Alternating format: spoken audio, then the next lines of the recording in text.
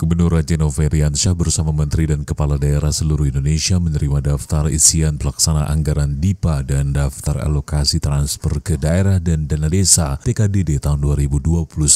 DIPA dan TKDD yang diserahkan oleh Presiden Republik Indonesia Joko Widodo didampingi Wapres RI Ma'ruf Amin dan Menteri Keuangan RI Sri Mulyani tersebut diterima Gubernur Aceh secara virtual dari Pendopo Gubernur Aceh Selasa 25 November 2020. Besaran APBN 2021 mencapai 2.750 triliun ditetapkan untuk belanja negara. Dari angka tersebut 1.032 triliun dialokasikan kepada kementerian dan lembaga, sementara 795,5 triliun dialokasikan untuk TKDD. Presiden Joko Widodo mengatakan penggunaan APBN 2021 akan difokuskan pada 4 hal. Pertama, pada sektor kesehatan, utamanya untuk memperkuat upaya penanggulangan dampak COVID-19.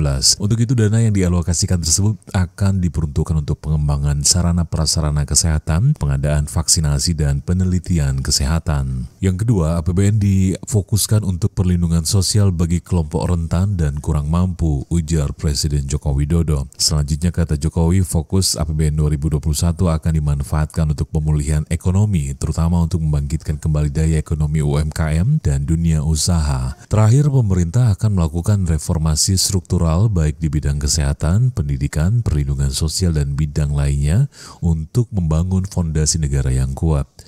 Di tahun 2021 kita masih menghadapi ketidakpastian, kecepatan, ketepatan, akurasi harus tetap menjadi karakter dalam kebijakan kita, baik di bidang kesehatan maupun ekonomi, kata Presiden. Menurut Jokowi, belanja pemerintah menjadi penggerak utama roda perekonomian negara di saat situasi lesu seperti saat ini. Untuk itu ia meminta kementerian dan pemerintah daerah untuk segera membelanjakan APBN 2021 itu.